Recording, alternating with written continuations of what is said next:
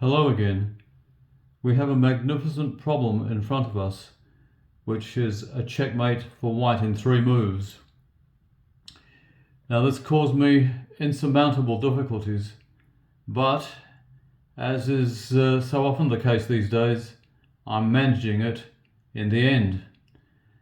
Now, in order to solve this, you need to understand that you need to keep certain lines open. It's important to keep the H line free and the 5th rank this way, and it will become clear momentarily why that is so. Can you see the key move here to set us on the road to a checkmate in 3 moves? And they are very unusual lines. There are 3 variations involved here.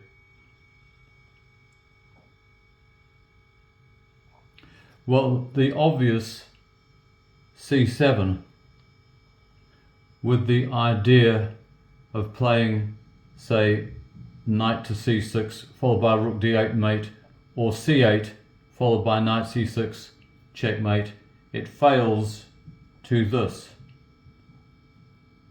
and the queen attacks the rook. We have a mate in 4 there, but not a mate in 3.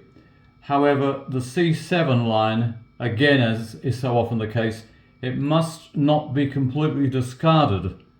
It gave me sufficient ideas in order to be able to solve this. That was my first idea that I had in mind, to open that opportunity there. And also with the bishop here, should the queen stray away, the idea being once you played c7 to play bishop a4 checkmate, and that does come into the reckoning as well. So although initially they're ideas that you have to discard because you can't play them at once, they may be useful a little bit later on, and you'll see that that will be so in a few moments or so. So can you see the key move here?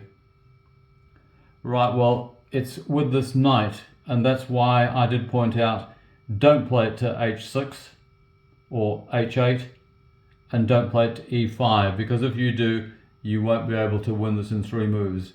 So can you see the key move now? Yes, you just whip this pawn off like that. Now the question is, what is the threat here? Well, the threat effectively is if white can play this, then he's threatening checkmate. Pretty logical. So what can black do to stop that? Incidentally, this is also threatened. And what's the idea here? Well, of course, the knight is no longer protected, but it doesn't matter because rook f8 would be checkmate. So just keep those 2 ideas in mind. For the moment, the knight is protected on d8. So how can black get around this? Well, the first variation is for him to play queen f3. And of course, what he's eyeing over here is taking this rook. Now, what would you say white's most amazing response to this is? I did mention it just a few moments ago. Well, it's bishop takes a4. Many of you may be looking at this position and saying, well, that's ridiculous. You can take the rook and then he can't play c7 because it's pinned. Well, that is, of course, absolutely right. The threat at the moment is, like I also said earlier, c7 checkmate. So black has to stop that. And the only way that he can stop it, yes, is by taking this. Now you recall when I said play rook f5 with the idea of rook f8 mate. Well, we bring the other rook into play, and that is indeed checkmate. Good one, isn't it? So let's go back.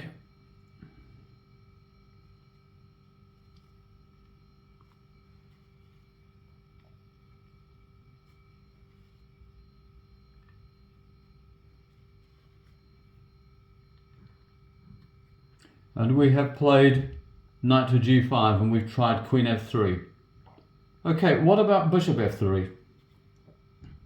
Funnily enough, I had no trouble finding white's line against queen f3. This caused me slightly more problems. How do we respond to this? We see if you play rook f5, he plays... What would you say he plays there, if you were to play that? He'd take the pawn with check. That's the problem with that. So you don't want to do that. What do you want to do instead? Do you remember me saying at the beginning of this video, you want to keep the H line open? You play rook h1. And what are you threatening? Rook h8, checkmate. How does he avoid it? Well, he can play his bishop either to here, or he can take the rook. And in both cases, checkmate. Another good one. So that's 2 of the 3 lines out the way. Let's take a look at the third one.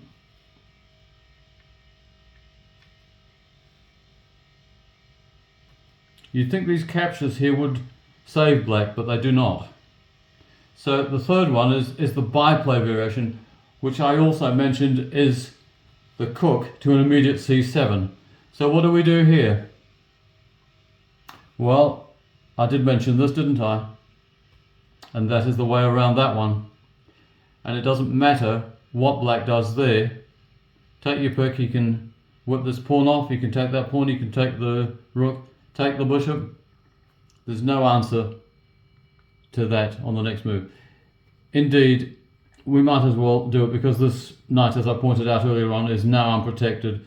So just to prove the point, rook f8 is checkmate. That's a beautiful problem, and I thoroughly enjoyed looking at the solution and seeing 100% score. It's nice to get it right, and anyone who says that it's the taking part that counts and not the winning, don't you believe them. Winning is good. Don't boast about it, but winning is good, and I like to win, and I'm sure that people out there like to win as well. If you can't win, then draw, but if you can win, you go for it. And the very best with your chess.